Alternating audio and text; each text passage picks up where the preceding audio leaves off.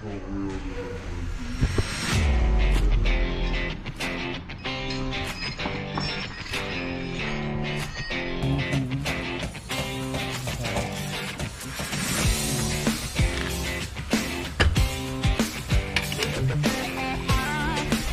siyempre. Brake master, left and right.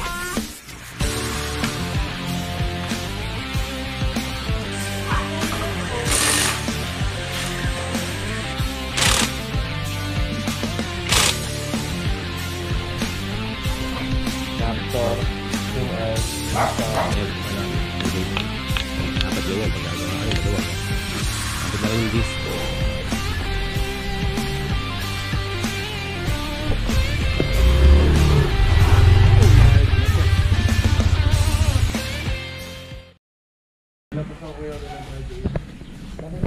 Alright mga Lodi, what's up? Rider PH Moto. Yan, meron tayo ditong Aerox B2 for disc brake conversion. So yung gagawin natin dito sa MC na to mga Lodi is stock mag disc brake conversion mga sir. Ito yung motor na sir, 273 pa lang yung tinatakbo. Ayan si sir, shoutout tayo kay sir. Siya lang papunta sa atin dito para disc brake yung kanyang Aerox. So ito yung mga pyesa na ilan. Adapter, swing arm, isa, likod, hose natin, and then yung kanyang brake master at yung caliper. So, pakita ko sa inyo mamaya mga lodi. Ito yung motor na isa. So dito kami sa Lipa, Batangas para i-disc brake tong motor na to. Kasi hindi pa makabiyahe si sir eh. Kasi wala pa rehistro. Kasi kalalabas lang ng motor na to. Aerox. Ayun mga lodi, start na natin to. Let's go.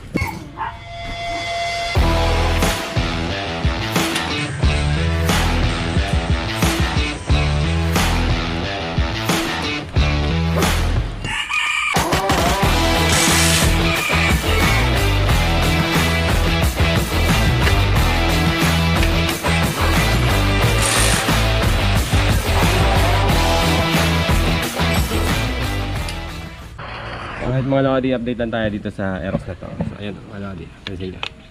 Dapat ganyan pag gagawa kayo maluwag ha. Kapit na rin yung disc.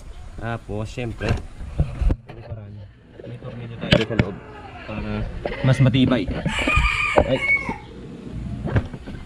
Yun na ha. Yun, nakapagod na rin si Pong dyan sa reo na yan. Makto, natatabasan yan. Tsamba na ng tabas natin yan.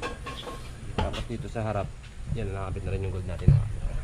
Yan. So kakabit ko na lang yung swing arm. Ito.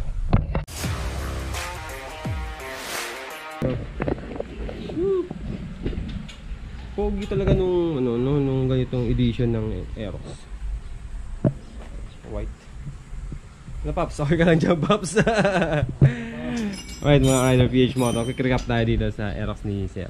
Yan. RCB syempre. Brake master, left and right. Yep. Yan.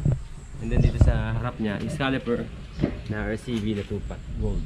Yan. Ano makita ninyo kung gaano ka pogi. Paging pogi. Siyempre. Yung bagay dito sa kanyang Aerox S. Then dito naman sa likod siyempre. Gold na caliper. RCB na hose. Siyempre. Then this natin is RCB. Then naka-adapter siya. Yun naman gaano ka free wheel yun. Diba? Engine start. Aerox B2 273 km disc brake conversion. Papindot. Papindot.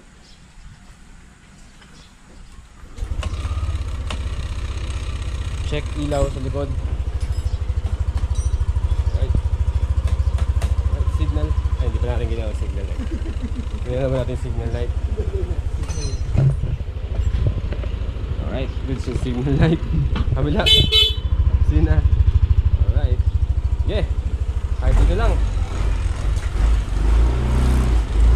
Muna. Kahit dito lang. Atras konti.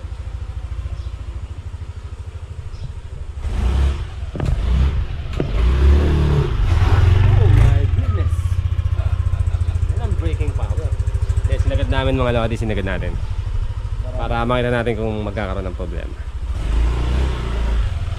Normal na brake power, ganyan lang.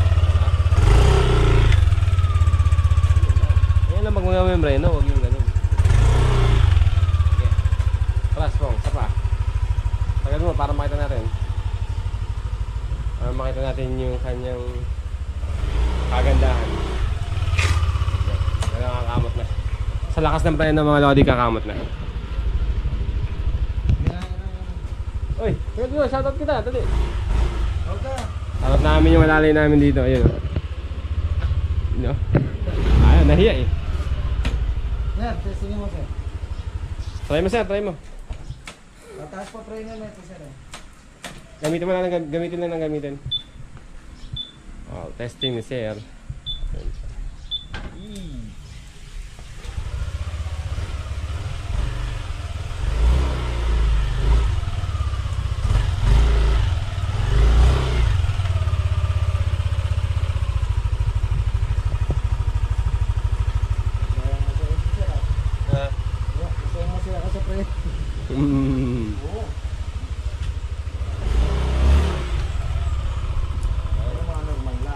Alay lang ang pinuhan. Batangas. Bakit po sa Batangas? Nasing pa kagabi yan. Yan. Ano muna natin mga lodi. So, ayun. Ako sa inyo.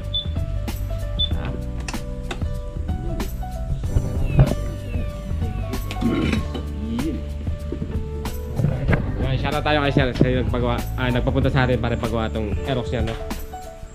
Dito sa Batangas. So, galing pa kami ng Bulacan yun. Right. Aerox B2 disc brake conversion by yours Rider PH Motors. So, tayong original na design ito. Ako original na design ito, sir. Itong ganitong conversion. Ako original na design ito. Tapos ginaya na nila lahat. Kaya pakinabangan na nila.